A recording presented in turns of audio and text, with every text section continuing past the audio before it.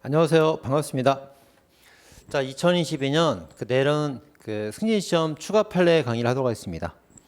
자, 이제 여러분들은 이제 기본서나 원기총 한 권으로 단권화를 하셨을 테고요. 그 다음에 여기다 이제 직접 모의고사가 나왔죠? 모의고사 12회가 나왔으니까 이걸 연습을 하시고, 그 다음에 여기다 이제 추가할 내용들이 최신 판례인데요. 2021년 8월 달에 최기판 교재가 출간이 됐어요. 그래서 출간이 됐으니까 이 교재로 강의를 했고요. 요거 보시면 되고, 일단 책이 품절된 상태입니다. 그래서 요게 연회원 분들께는 요거를 복사해서 이제 발송을 할 거예요. 요거 강의 들으시고, 그 다음에 한 8월인가 한 9월쯤에 경관 추가 판례 강의를 했어요. 두 개 이제 이어서 들으시면 됩니다. 그리고 그 다음에 나온 판례가 이제 경찰 승진 대비로 추가되는 판례입니다. 그래서 하나, 둘, 세 개를 다 봐야 돼요. 자, 우리 시험이 내년 1월 초반인데 올해 2021년 12월 18일자까지 최신 판례를 다 검토를 쭉 해가지고 그걸 문서로 만들었습니다. 근데 시험이 이제 얼마 안 남은 상황이란 말이죠. 원래는 제가 이제 시험이 1월 하반기나 1월 중반기쯤에 있을 줄 알고 지금쯤 판례를 강의를 할까 했었는데 이게 당겨졌죠. 1월 8일인가로 당겨졌죠. 당겨지는 바람에 시험까지 얼마 안 남게 되는 상황이에요. 그래서 이 상황에서 여러분들한테 이제 큰 부담을 주거나 양이 많으면 안 되기 때문에 꼭 나올 만한 걸 추려가지고 자료를 만들었습니다. 그렇다고 뭐 빠져나오는 게 있거나 그러진 않습니다. 중요한 건 다 들어갔어요. 그래서 요거 강의 들으시고 요거 추가로 이제 요거 강의하는 겁니다. 이제. 됐죠? 자, 교재 프린트물을 펼쳐보시고 제가 밑줄을 다 쳐놨으니까 포인트를 잡아놨으니까 강의에서 이제 해설한 다음에 거기에 대해서 포인트를 좀 잡아주도록 하겠습니다. 자, 먼저 1페이지입니다. 자, 자료 1페이지. 경찰 승진 최기판 추가 자료 1페이지입니다. 자, 먼저 1페이지 왼쪽 첫 번째 판례입니다. 자, 꺽스 1번과 꺽스 2번 두 개로 되어 있는데요. 꺽스 1번은 이제 쟁의 행위에 대한 연부방해죄 일반론을 쭉 써놨어요. 됐고요. 꺽스 2번 보겠습니다.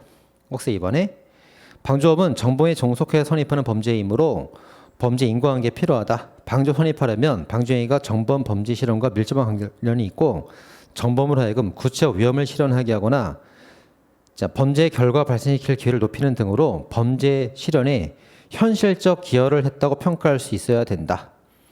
자, 밑줄 친 부분이 집에 나올 수 있습니다. 정범 실현과 밀접한 관련이 없는 세모 도와준 데 지나지 않는다면 방조가 성립하지 않는다. 이렇게. 자, 정리해보면 방조범은 정범에 종속되는 겁니다. 공범 종속성설. 근데 방조라는 게 도와준 거잖아요. 도와줬을 때 방조가 다 되는 게 아니고 정범에 종속되는 거니까 정범의 행위에 어떤 현실적인 기여가 있었다면은 방조가 되겠지만 정범의 범죄와 전혀 관계없는 행위, 범죄와 전혀 관계없는 걸 도와줬다면 뭐 밥을 차려줬다거나 뭐 이런 것들은 방조가 되면 부족하다 이렇게 봅니다. 이 파트만 잘 보면 되겠습니다. 자, 다음 이제 1페이지 오른쪽 판례입니다. 자, 오른쪽 판례는 이제 과거 배임수재죄 개정을 알아두셔야 되는데, 자, 357조 제1항에 배임수재죄가 있죠. 자, 배임수재죄는 타인 사무 처리자가 타인의 사무를 보는 자가 이제 부전 청탁을 받고 재물 또는 재산상 이익, 재산을 취득하면 제가 선입을 해요. 근데 이제 재산을 이 사람이 취득해도 제가 선입을 하고요. 과거 구법에 따르면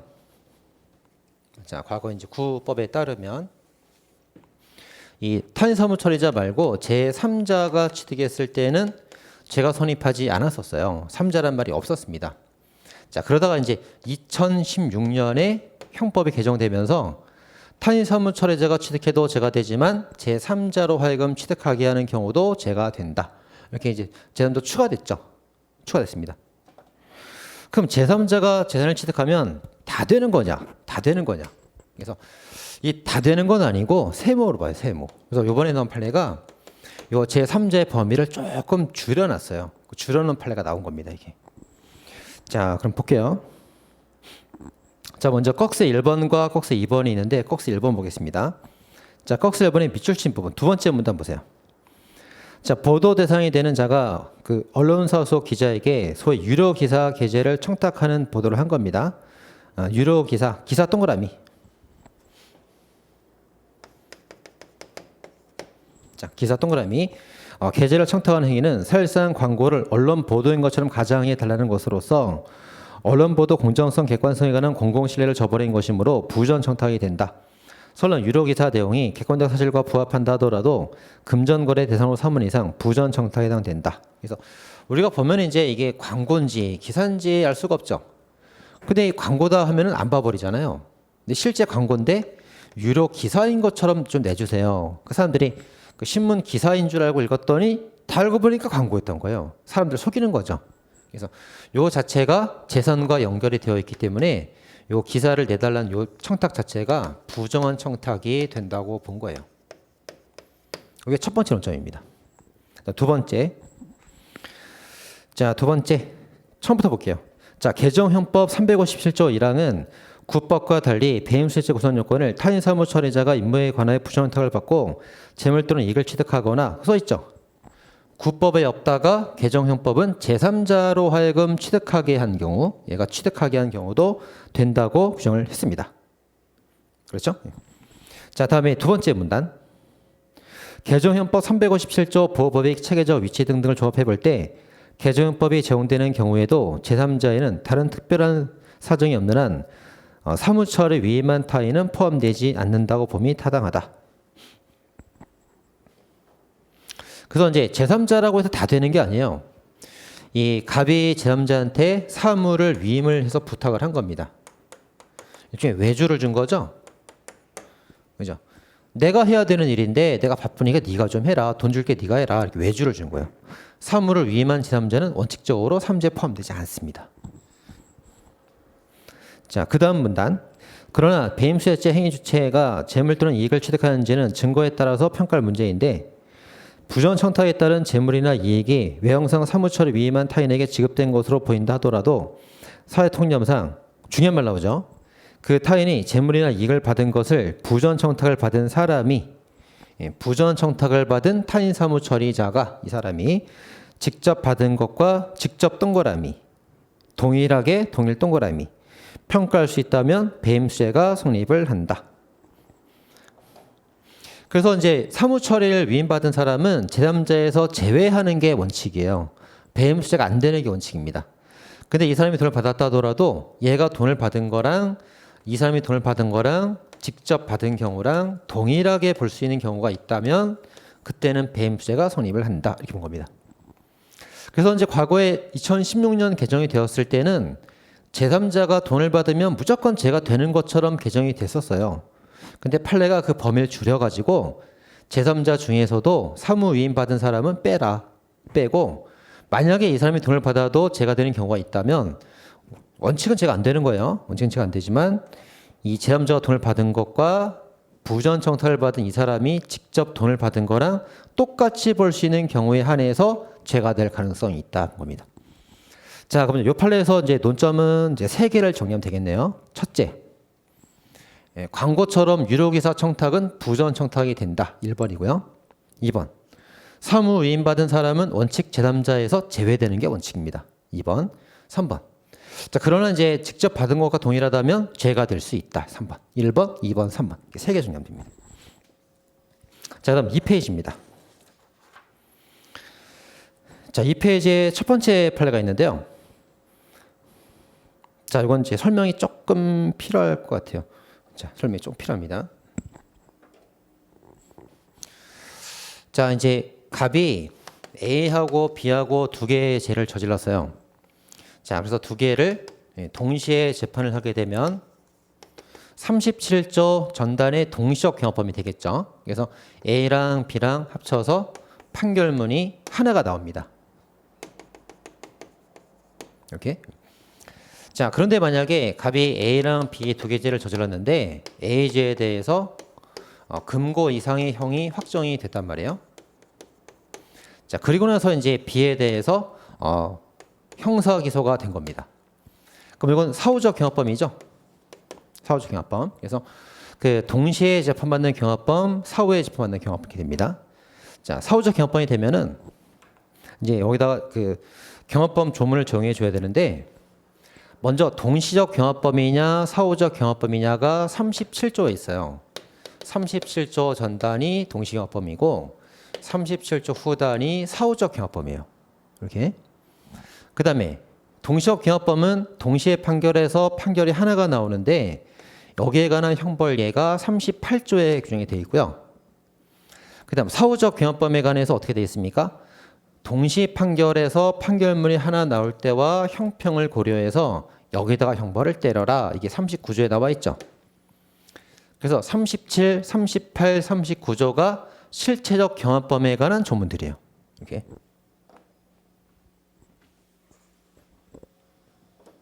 자, 그런데 이 A하고 B 같은 경우는 일단 경합범을 따질 때 판결이 있으면 판결을 딱 잘라가지고 판결 전에 있었던 죄들만 경합범이죠. 그 A랑 B는 사후적 경합범이 맞단 말이에요. 근데 판결 이후에 이제 판결이 있었던 이후에 범한 실현죄가 있다면 이거는 판결 받은 죄랑 판결 전에 범한 죄가 아니라 판결 후에 범한 죄란 말이에요. 이 경합범이 아니란 말이에요. 동시 판결 가능성이 없습니다. 경합범이 아니란 말이죠. 경합범이 아니면 37조도 적용 안 돼, 38조도 적용 안 돼, 39조도 적용되지 않습니다. 경합범이 아니니까. 동시 판결 가능성이 없으니까. 네, 그걸 말하는 겁니다. 자, 그럼 읽어보겠습니다. 자, 형법 37조 후단의 사후적 경합범 및 39조 1항의 사후적 경합범 처벌 예에서 비춰보면 아직 판결을 받지 아니한 죄가 이미 판결 확정된 죄와 동시 판결할 수가 없었대요. 이 판결 후에 범한 시죄는 A, B랑 동시 판결 가능성이 없었대요. 그럼 경합범이 아니라는 거죠. 자, 경합범이 아니기 때문에 39조 1항에 따라서 동시 판결할 경우와 형평을 고려하여 형을 선고하거나 임의적 감면을 할 수가 없다가 됩니다. 경합범이 아니니까. 경합범이 아니니까 37, 38, 39가 다 적용되지 않습니다. 자, 그 다음에 이제 좀 설명이 나오는데요. 한편 18조 1항 3호에서 선거범위란 공선법이 나옵니다. 그래서 공직선거법의 벌칙에 규정된 죄와 국민투표법 위반의 죄를 범한 자를 말하는데 이것은 18조 1항 3호에 규정된 죄와 다른 죄 경합범에 대해서 분리 선고해야 된다. 분리 선고한다? 원래 동시적 경합범은 같이 판단해서 함께 판단하는데요. 같이 판단하는데 근데 보니까 얘는 얘대로 얘는 얘대로 분리해서 따로 심리하래요. 따로 심리. 자, 분리해서 따로 심리하라는 거는 경합범이 아니란 뜻이에요. 원래 동시경합범은 함께 판단해서 판결문 하나가 나와야 됩니다. 근데 얘는 얘대로, 선거범은 선거범대로, 일반범 일반범대로 따로따로 판결하라는 것은 경합범이 아니라는 거예요. 자, 분리선고 경합범이 아니라는 겁니다. 자, 따라서 판결 확정된 선거범죄와 확정되지 아니한 다른 죄는 동시에 판결할 수가 없었죠. 동시 판결해서 같이 판단할 수가 없잖아요. 따로따로 하라고 했으니까. 그래서 경합범이 아닌 겁니다. 그래서 39조 1항에 따라서 동시 판결할 경우와 형평을 고려해서 형을 선고한다는 규정은 적용할 수가 없다고 보니 해석함이 타당하다. 맞습니다. 자, 이런 내용인데 이거 이제 한번 간단하게 정리를 좀 해볼게요. 항상 이해를 했으면 정리를 해야 됩니다.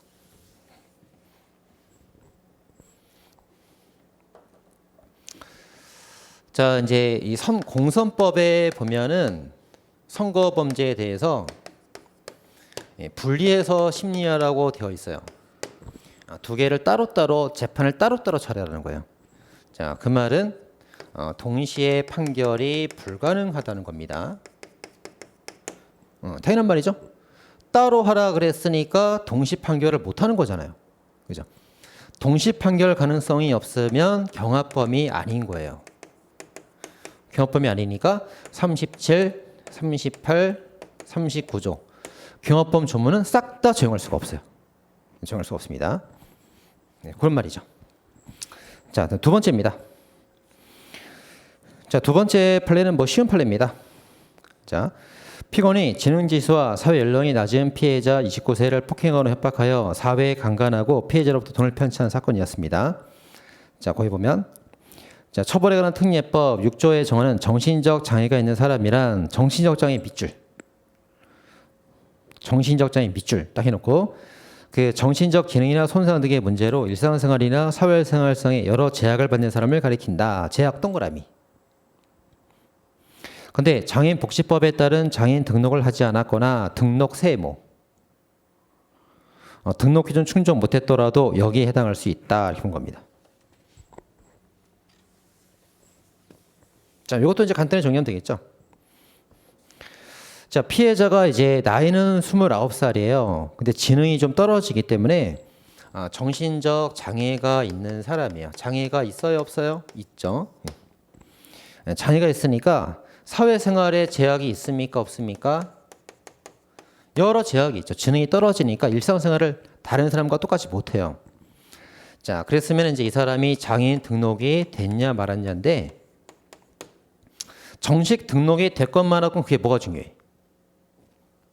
장애가 있고 제약이 있으면 보호를 받아야죠. 그래서 등록이 됐건 말았건 상관없이 그 강간죄, 그 정신장애인 간음죄의 객체가 될 수 있다는 거예요. 이렇게. 그래서 등록이 안 됐다고 해서 이 사람을 장애인 강간죄에서 제외하면 안 됩니다. 등록이 안 돼 있어도 간음하면 장애인 간음죄로 가중처벌해야 된다 이 말이에요. 등록 세모죠. 그래서 장애가 있고 제약이 있으면 등록을 하지 않았어도 보호를 받아야 된다 그런 말입니다. 자, 그런 내용이었고요. 자, 오른쪽 페이지입니다. 자, 이제 오른쪽 페이지는 이제 설명을 좀 하고 나서 보도록 하겠습니다. 이것도.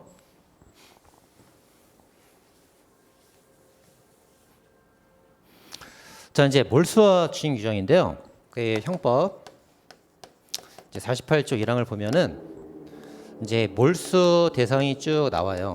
쭉 나오면서 1호, 2호, 3호 하면서 범죄에 제공된 거, 뭐 범죄로 발생된 거, 그 대가물 해가면서 쭉 나오는데 범죄로 뭐 발생하고 뭐 이런 물건 이렇게 나옵니다. 물건.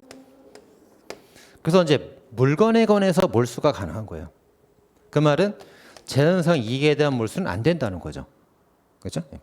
자, 그 다음에 이제 내려가 보면은 추징 규정이 나오게 되는데 추징이라는 것은 일단 몰수를 전제로 해서 몰수가 될 수 있었는데 몰수가 불가능한 거에 한해서 가액으로 추징하는 겁니다. 근데 제한상익은 몰수 자체가 불가능하기 때문에 추징도 불가능한 거예요. 그러니까 몰수가 되는 것만 추징 대상도 되는 겁니다. 이렇게 되는 거예요. 자, 그걸 전제로 깔고 들어가야 됩니다. 자, 그럼 이제 꺽쇠 1번 보겠습니다. 꺽쇠 1번에 그 한 5줄 쭉 읽어볼게요. 48조 1항은 범죄로 생각했거나 취득한 물건으로서 범인 이외자 소속하지 아니하거나 범죄 후 범인 이외자가 정을 알면서 취득한 물건 전부 일부 몰수할 수 있다고 규정을 하고 있습니다.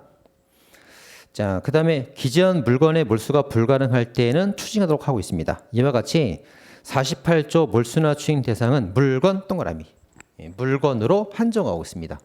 제한성은 안 된다는 거예요. 이렇게 돼 있단 말이에요. 됐죠? 자, 다음 꺽쇠 2번. 자, 꺽쇠 2번에 처음부터 읽어볼게요. 피고인이 가불과 공모하여 정보통신망을 통해서 음란한 화상 또는 영상을 배포하고 도박사에 통보했다는 공소사실로 기소가 되었는데 원심이 공소사실 유죄를 인정하면서 피고인이 범죄 행위로 이용한 웹사이트 매각을 통해 취득한 대가. 자, 웹사이트 매각입니다. 매각 세모. 웹사이트 매각 세모. 매각. 자, 매각을 통해 취득한 대가가 있어요. 자, 자기가 이제 불법 웹사이트가 있었는데 이걸 매각했단 말이에요. 매각하고 받은 것은 이익이란 말이죠. 이익. 그래서 이익은 48조 몰수추징 대상이 아니라고 그랬죠. 안 됩니다. 그래서 자, 대가를 48조에 따라 추징한 사안에서 이 웹사이트는 범죄에 적용된 무형의 재산에 해당될 뿐, 웹사이트가 무형이래. 무형의 재산에 해당될 뿐, 형태가 없다. 형태가 없다는 말은 재물이 아니라 이익이라는 거예요. 해당할 뿐 48조 1항 이후에서 정한 범죄로 인하여 생각했거나 취득한 물건이 아니므로 이익이므로 무형 형태가 없는 이익이므로 그 말이에요. 이익이므로 피고인이 이 웹사이트 매각을 통해 취득한 대가는 추징 대상이 아니다 이렇게 말이죠. 자, 그럼 여기서 이제 정리할 거는 두 개입니다. 첫째, 형법 총칙 48조의 몰수 대상은 이익이 아니라 물건이라는 거. 이건 딱 정리하고요. 두 번째, 웹사이트는 무형적 이익이라서 웹사이트 매각에 대해서는 물건이 아니라 이유로 보기 때문에 형법 총칙의 몰수를 할 수가 또 추징도 할 수가 없다. 이게 두 번째. 이게 두 개를 딱 정리하면 됩니다. 자, 됐죠? 다음 페이지입니다. 이제 3페이지. 자, 3페이지 판례는 이제 쉬운 거예요. 우리가 이제 특가법에 보면은 이제 5조의 10에 보면은 그 이제 운행 중인 운전자를 폭행을 하면 5조의 10 1항으로 처벌하고 이 운행 중인 운전자를 폭행해서 누구나 사상 결과 나오면 결과적 가중범으로 제2항이 가중처벌합니다. 이건 뭐라고 되죠? 어쨌든 운행 중인 운전자가 그 1항의 폭행 대상이 되는 거예요. 자, 근데 이 사건은 이제 이 자동차가 정차 중이거든요. 그럼 차량이 정차된 상태에서 운전자를 때려도 운행 중에 때렸다 볼 수 있냐 이겁니다. 정차라는 거는 정지해 있는 상태라는 거니까 운행하다가 정지할 수 있는 거예요. 그래서 정차 중인 경우도 운행 중에 포함이 된다는 겁니다. 그게 포인트예요. 자, 보겠습니다. 정차 중 버스 운전사를 폭행한 경우에 운행 중 자동차 운전자 폭행으로 볼 수 있는지 여부. 그래서 그 아래 밑줄 친 것만 딱 보세요. 자, 손가락 푸시 딱 돼 있죠. 여기 피고인이 정차한 버스 안에서 정차 동그라미. 정차한 버스 안에 운전사를 때렸습니다. 이럴 때 맨 아래 가보면 운행 중 운전자에 대한 폭행이 된다 이렇게 돼 있죠. 그래서 정차 중인 때도 운행 중으로 볼 수 있다. 그거 하나만 딱 기억하면 됩니다. 자, 됐죠? 그 다음 판례입니다. 자, 그 다음 그 아래 판례는 이제 최계판에 원래 있던 내용인데 하나 더 넣어놨어요. 중복해서 넣어놨습니다. 자, 사회시의 보복은 재산권이므로 기망에 따라서 국가적 공공적 법익이 공공세무 침해되었다는 것만으로 사기자 선입한다고 할 수가 없다. 맞죠? 이건 뭐 이미 최계판에 수록이 된 지문이고 여러 차례 나왔었는데, 자, 이제 뭐 세금을 포탈했다거나 아니면 부담금을 포탈했다거나 이게 전부 다 이제 공공적 법익을 침해하는 행위예요. 다 뭡니까? 국가적 법익이죠. 국가적 법익을 침해했다는 이유만으로 사기죄가 바로 성립하지는 않습니다. 다만 이제 사기죄 성립하려면 어떻게 해야 돼요? 이런 것만 갖고는 안 되고 뭐 변제 의사와 능력도 없이 변제 의사 능력 없이 기망해서 재산을 취득했다. 이런 문구가 나와줄 때만 사기죄가 예외적으로 나올 수 있는 겁니다. 이건 이미 출제가 됐어요. 기출 지문입니다. 자, 보시면 되겠고요. 자, 다음에 3페이지입니다. 3페이지 오른쪽이에요. 자, 3페이지 오른쪽에서는 그 경관 그 추가 판례 때 설명해 줬던 판례들이 같이 나오게 되는데, 그거 이제 먼저 정리 한번 해보면, 자, 갑이 간통의 목적으로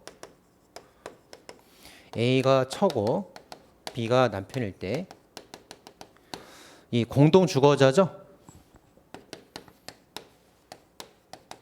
자, 공동 주거자일 때 처의 승낙을 받고 들어갔어요. 간통하려고.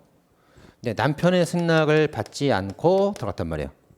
그럼 과거의 판례에 따르면 이게 주거침입죄가 된다고 봤었죠. 그래서 남편의 사실상 평온을 침해하여 주거침입죄가 된다고 봤던 게 과거 판례 입장입니다. 근데 올해 그 9월 9일 날 전원합의체로 판례가 변경되면서 주거침입죄가 아니다. 현실적 관리자 승낙을 받았으므로 죄가 아니다. 이렇게 판례 바뀌었어요. 이거 이제 경관 추가 자료 있습니다. 자, 그럼 또 하나. 자, 또 하나 판례가 뭐냐면 A하고 B가 이제 공동 주거자인데 이 공동 주거자가 상대방하고 좀 말다툼을 하면서 들어갔다 이거예요. 공동 주거자 중에 1인이 들어갔다 이거예요, 이렇게. 그러니까 예를 들면 뭐 처랑 남편이 같이 살고 있다가 남편이 처한테 쫓겨났단 말이에요. 쫓겨난 남편은 공동 주거자인데 들어오는 과정에서 좀 몸다툼이 있었단 말이에요. 그런 경우에도 공동 주거권이 있기 때문에 몸다툼이 있었더라도 주거침입죄가 성립하지 않는다. 이게 전원합의체 판결 입장입니다. 두 개 전압을 알고 있어야 돼요. 두 개. 자, 그 다음에 이제 여기에 이 판례가 나왔단 말이에요. 이 판례가 나왔는데, 자, 여기서는 이제 이 사람은 외부 사람이에요. 공동 주거자가 아닌 사람이에요. 아닌 사람이 이제 집에 들어왔습니다. A 집에. 자, 공동 주거자 중에 한 명이 들어갈 때는 이 사람한테 좀 말다툼이 있어도 제가 안 된다고 봤지만 이 사람은 공동 주거자 아닌 바깥에 사는 사람이잖아요. 그 사람은 그 A의 의사에 반해서 이렇게 들어가게 되면은 주거침이 성립을 하게 되는 겁니다. 이렇게. 자, 거의 요 판례요. 읽어볼게요. 자, 처음에 되게 중요한 말 나오죠. 공동 거주자가 아닌. 왜냐하면 공동 거주자가 들어가면은 무죄잖아요. 근데 공동 거주자가 아닌 사람이래. 그러니까 제가 돼야죠. 아닌 피고인이 사실상 평온을 해치는 행위 형태로 자신의 장애인 거주하는 처갓집에 들어간 경우 주거침입죄 인정. 이건 다른 내용입니다. 이건 공동 거주자 중에 한 명이 들어간 사건이고 이건 주거자 아닌 사람이 들어간 사건이에요. 그래서 그 아래 이제 해설을 읽어보니까 그 남편하고 처하고 다퉜어요. 다퉈서 이제 이 처가 처가댁에 가 있는 거라고 생각을 하고 이 남편이 자기 처를 찾으려고 자기 처가댁에 가서 막 불 지른다 막 해가면서 막 들어갔던 사건입니다. 그래서 장인 장모님의 의사에 반해서 들어갔기 때문에 이 장인 장모 집에 사는 사람은 아니니까 공동 거주자가 아니잖아요. 남편은 장인 장모 집에 대해서 그런 경우라서 이제 제가 된다 봤습니다. 자, 원심이 든 이유 중에서 이제 밑줄을 쭉 쳐놨죠. 첫째, 피고는 공동 거주자가 아니라는 점. 둘째, 뭐 휘발유 뿌리겠다 하면서 평온을 침해했다는 점. 이 두 가지 점을 가지고 주거침이 성립한다고 봤습니다. 자, 밑줄 친 것만 탁탁 보시면 되겠습니다. 자, 그다음 맨 아래 판례. 자, 맨 아래 판례입니다. 자, 이제 감정평가사 판례예요. 자, 이제 감정평가사가 이제 전문 직종인데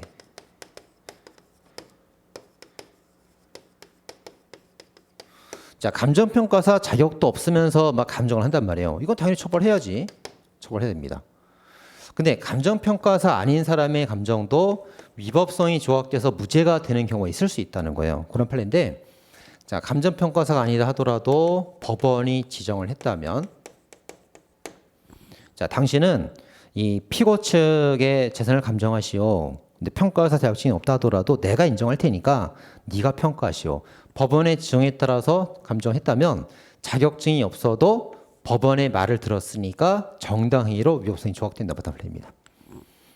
자, 그래서 첫 번째 문단 보시고 두 번째 문단. 자, 법원 세무. 법원이 감정인으로 지정 결정을 했단 말이에요. 그래서 법원의 감정 촉탁을 받았다면은 감정평가사 자격증이 없는 사람이라 하더라도 감정할 수 있습니다. 그래서 20조 정당에 따라서 위법성이 조각되고 무죄가 된다. 그런 판례입니다. 자, 다음 페이지는 이제 4페이지입니다. 자, 4페이지에 나오는 판례는 이제 그 반의사 불벌죄 판례인데요. 자, 반의사 불벌죄에서 처벌 불원의사 판단 사건 이렇게 되어 있습니다. 자, 거기 문단이 두 개가 있는데 밑줄 친 데만 딱 보세요. 자, 반의사 불벌죄에서 처벌을 희망하지 않는 의사의 부존재는 소극적 소동 조건이기 때문에 직권 조사 사항에 해당됩니다. 직권 동그라미. 당사자가 항소 이유로 주장을 했든 말았든 상관없이 법원이 직권으로 조사해서 판단을 해줘야 된다. 그 직권 사항이라는 거, 그거 하나만 체크하면 되겠습니다. 자, 다음에 오른쪽입니다. 자, 오른쪽에 4페이지 오른쪽. 자, 꺽쇠를 보세요. 피고인이 놀이터 의자에 앉아서 통화하고 있는 피해자 뒤에 몰래 가서 피해자 등의 소변을 봤습니다. 밑줄 쭉 치세요. 등 쪽에 소변. 밑줄. 아니, 여자가 놀이터 의자에 앉아 있는데 등에다 오줌 쌌어요. 그죠? 이거 추행죄가 될까요, 안 될까요? 당연히 되겠죠. 됩니다.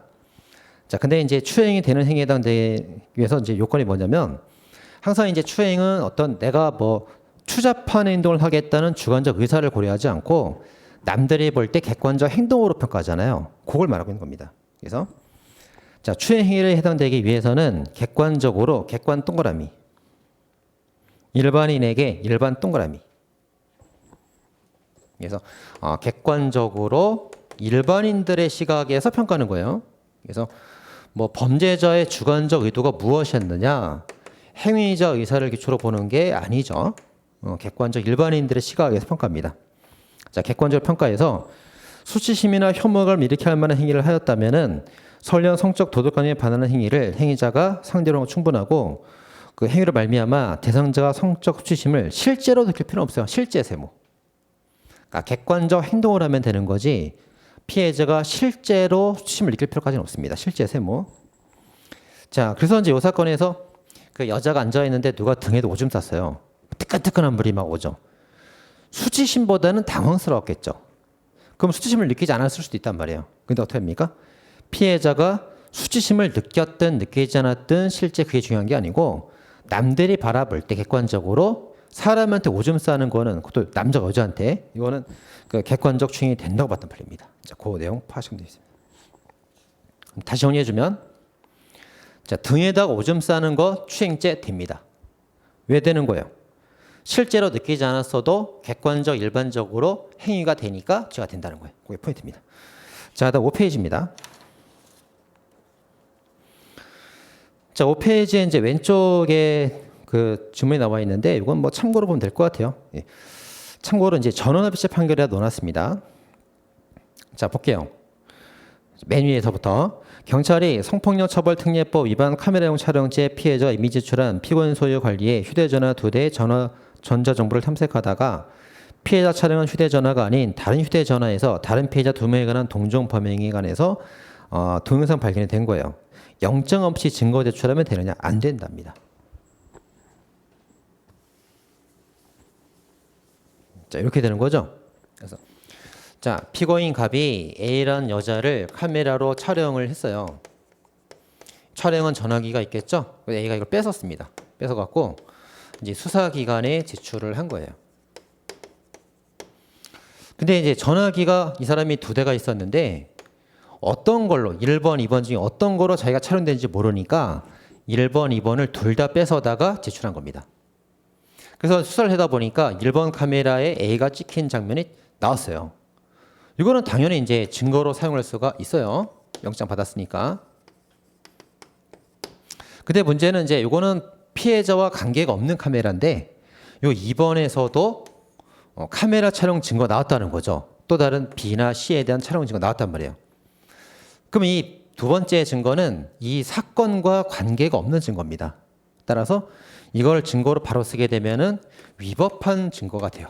쓸 수 없는 겁니다. 그래서 이걸 만약 쓰고 싶으면은 이 사건과 별개에 관한 영장을 따로 받아라. 따로 받으면 쓸 수 있지만 A 사건 영장으로 여기다 쓸 수는 없다는 겁니다. 그런 내용들이 나와 있습니다. 자, 밑줄 침범만 쭉 한번 읽어볼까요? 자, 이미 제출된 정보자원 매체에서 압수 대상이 되는 전자정보 범위를 초과하여 수사기관 임의로 전자정보를 탐색, 복제, 출력하는 것은 원칙적으로 안 되는 겁니다. 자, 첫째 줄에 초과 세모. A 사건을 초과해서 초과 세모. 초과되는 B 씨에 관한 증거는 원칙적으로 위법한 증거 같아서 쓸 수 없습니다. 그 다음 밑줄. 수사기관은 더 이상 추가 탐색을 중단하고 법원으로부터 별도 혐의에 관한 압수수색 영장을 발부받아야 돼요. 별도 영장 받아야 적법한 압수수색을 할 수 있습니다. 만약에 이제 위법한 증거를 제출하게 되면은 사후에 영장 발부되었다 하더라도 위법성이 치유되는 건 아니다. 이렇게 보시면 되겠습니다. 자, 그 다음에 이제 5페이지 오른쪽입니다. 자, 5페이지 오른쪽. 자, 밑줄 친 부분 보면 간단히 보면 될 것 같아요. 자, 양벌 규정에 의해서 처벌되는 개인정보 처리자로는 같은 법에 법인 또는 개인만 규정하고 있을 뿐이고 법인께 없는 공공기관에 대해서는 양벌 규정 정할 것인지에 관해서 규정이 없대요. 규정이 없답니다. 재헌법 존재 원칙상 법인께 없는 공공기관을 양벌 규정에 따라 처벌할 수가 없게 되고요. 이 경우에 행위자도 역시 벌할 수가 없다. 이렇게 있습니다. 자, 이것도 뭐 예전에 많이 나왔던 지문들인데 뭐 재탕이죠. 자, 양벌 규정이라는 게 이 고용주가 있고 종업원이 있으면 종업원이 법을 어겼을 때 종업원은 행위자로서 위법 행위했으니까 처벌을 해야 되고 고용주는 이제 선임 감독 태만이 있으면은 거기에 대한 처벌을 줘야 되는 겁니다. 이 양벌 규정이죠. 근데 재헌법정주에 이렇게 다 봤더니 거기에 이제 양벌 규정 적용 대상에서 법인 있다죠? 개인도 있다죠? 그럼 이제 법인이 있으니까 법인과 행위자가 둘 다 처벌되는 거예요. 그 개인 고용주가 있으니까 개인과 종업원도 다 처벌됩니다. 자, 근데 이제 뭐가 없다고 그래요? 법인격 없는 공공기관. 법인격 없는 공공기관은 없다죠. 고용주 없다요. 얘가 없으면 이제 행위자도 처벌이 안 되는 거예요. 그래서 규정이 있는 사람만 둘 다 처벌되는 양벌 규정이고 이 사람 규정이 없으면 얘도 처벌 안 돼, 얘도 안 돼. 둘 다 처벌 못 하는 겁니다. 이게 재형 법정주의죠. 법에 있는 사람만 처벌되고 법이 없으면 처벌하지 마라. 이게 재형 법정주의입니다. 당연한 말이죠. 자, 됐습니다. 자, 다음 마지막 페이지 6번입니다. 저 판례도 이제 굉장히 그 12월 16일 판례니까요. 바로 이제 어저께인가 그저께 판례입니다. 되게 중요한 판례인데 이것도 볼게요. 자, 피고인이 알 수 없는 경위로 피해자 비트코인을 자기 계정 이체받은 후 자기 다른 계정으로 이체한 사건. 자, 이 사건에서 자, 배임죄 타인 사무 처리자가 되느냐 이게 문제가 된 거예요. 자, 이제 비교해야 필요가 뭐냐면 자, A로부터 차고 송금된 돈이 있어요.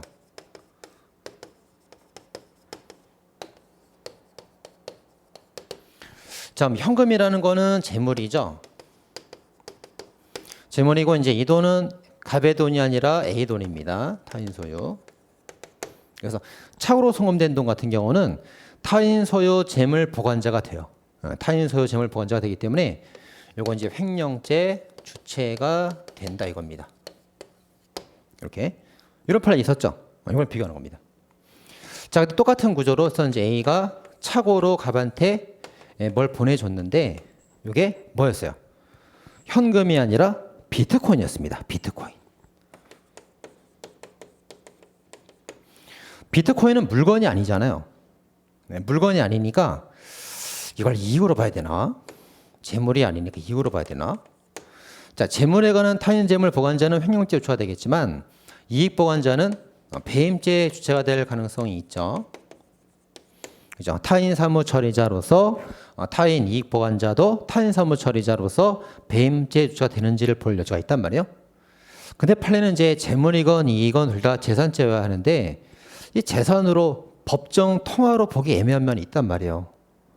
우리가 아직 비트코인을 재산으로 인정하지 않고 있잖아요. 그래서 아직은 재산으로 인정하기 좀 곤란하다. 재산으로 인정하고 있는 법도 없고. 그래서 타인 사무 처리자 배임죄 주체가 아니다. 이렇게 봤던 판례입니다. 굉장히 중요한 판례죠. 자, 읽어보겠습니다. 자, 피고인이 알 수 없는 경위로 피해자 비트코인을 착오로 받은 거예요. 계정으로. 자, 다른 계정 이체를 했는데 그 다음 다이아몬드 보면은 타인 사무 처리자로 볼 수 있느냐 문제가 된 겁니다. 그래서 이제 거기 1번, 2번, 3번이 쭉 나옵니다. 읽어보시고요. 3번 보겠습니다. 3번. 자, 원인 불명으로 재산상 이익인 가산자산을 이체받은 자가 가산자산을 사용 처분한 경우 자, 이 가상자산, 암호화폐, 비트코인을 이익으로 받네요. 자, 이익은 이익인데 요거를 처벌하려는 명문의 규정이 현재 없답니다. 현재 없고 차고 송금 시 횡령죄 성립을 긍정한 판례를 유추해서 신의 측을 근거로 배임죄로 처벌하는 것은 좀 무리가 있다. 죄형 법정주의니까 처벌법이 있어야 처벌하는 건데 암호화폐에 관한 처벌 규정은 현재 없단 말이에요. 정치 반한다.